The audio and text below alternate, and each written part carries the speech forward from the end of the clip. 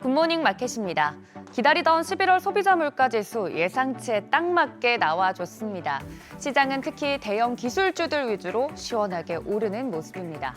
간밤 3대 지수는 혼조세로 마감이 됐습니다. S&P 500이 0.82%, 나스닥이 무려 1.77% 오른 반면에 다우는 0.22% 말씀 주신 것처럼 헬스케어 섹터가 부진해서 좀 쉬어가는 모습입니다.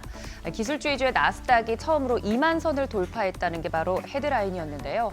주요 종목들 보시면 M7의 랠리가 눈에 띕니다. 우선 아이폰 등 기기에 이 AI 기술을 본격적으로 접목하겠다라고 밝힌 애플은 주가 장중에 상승을 좀 하다가 결국 약세로 마감이 됐는데요. 장중 250달러를 터치하기도 했습니다.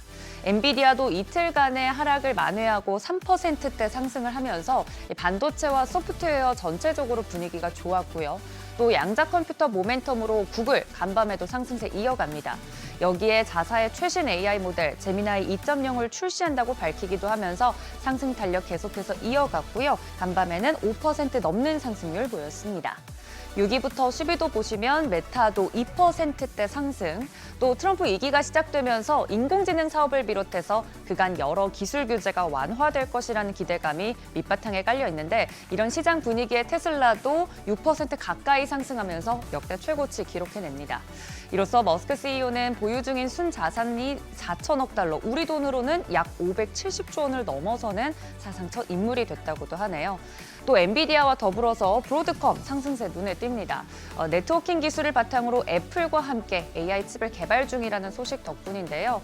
앞서 설명드린 애플이 AI 기능을 처리하기 위한 첫 번째 AI 칩을 개발하고 있는데 브로드컴이 여기에 필수적인 네트워킹 기술을 제공하면서 협력한다고 합니다. 해당 소식에 주가가 6.6% 상승했습니다. 최근 이 자체 칩 개발은 대형 기술 기업들의 트렌드이기도 한 점 체크해드립니다. 우선 미국 11월 소비자 물가지수 보시면 이 시장 예상치에 딱 부합하는 결과가 나와줬습니다. 전월 대비로는 0.3% 상승했고요. 전년 동기 대비로는 2.7% 올랐습니다. 근원 CPI 수치도 예상치에 모두 부합했습니다. 월간 CPI 상승률이 전월보다 살짝 가팔라진 점이 걱정스럽긴 한데 CPI의 경우 지난 7월부터 넉 달 연속 0.2%씩 상승을 해왔었죠. 시장은 CPI 결과가 전체적으로 예상치에 부합을 했고 또 인플레이션이 반등하지 않았다는 사실에 안도하는 모습이었습니다. 이번 FOMC에서 금리 인하 가능성 98%로 크게 올랐습니다. 참고로 여기에 캐나다 중앙은행도 금리 B컷을 단행했습니다. 걱정을 전체적으로 덜면서 테크 기업들 위주로 상승세가 이어졌고요. 미 국채 수익률 지표 발표 직후에는 단기물 중심으로 하락하기도 했습니다. 10년물은 입찰에서 강한 수요를 보이기도 했고요. 하지만 이번 12월은 금리 인하가 기정사실화된 반면 이후에 인플레이션 개선 속도에 만족하지 못하는 사람들이 늘거나 또 물가 상승 압력이 커지는 걸 피하기 위해 연준이 금리 인하를 일시 중단할 수도 있다는 분석도 상존하긴 합니다. 여기에 미국 재정 적자 우려까지도 겹치고 있는 상황인데요. 이 우려를 반영하듯이 2년물은 4.15%대, 10년물은 4.27%대 상승으로 마감이 됐습니다. 내년도 지수 전망과 또 AI 성장 기대 심리 등이 점점 높아지는 과정 속에서 이 매그니피센트 7 종목들의 상대적 강세 흐름이 이어지고 있습니다. M7의 주가는 시장 대비 7.5% 이상 높은 수준 보여주고 있는데요. 간밤에 랠리가 더해졌으니 지금은 이보다도 수치가 더 올랐을 겁니다. 기술주들이 대거 최고치를 기록하면서 지수 중에서도 나스닥 지수 상승폭이 가장 큰 하루였습니다.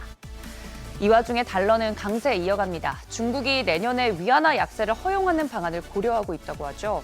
트럼프 당선인의 관세 공격에 대응하기 위한 전략이라면 이 무역 전쟁이 격화될수록 달러 이외의 통화는 약세 흐름이 이어질 수밖에 없다는 전망입니다. 오늘 특히 국내장 선물 옵션 동시만기를 앞두고 있기 때문에 환율은 집중해서 체크해 보시면 좋겠습니다.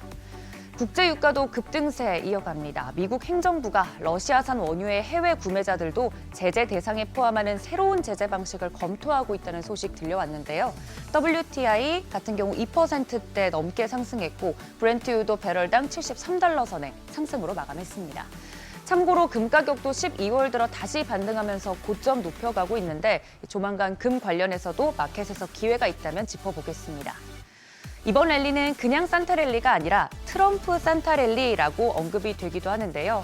CPI 고비도 넘긴 만큼 이 기세가 어디까지 이어질지 함께 지켜보시죠. 굿모닝 마켓이었습니다.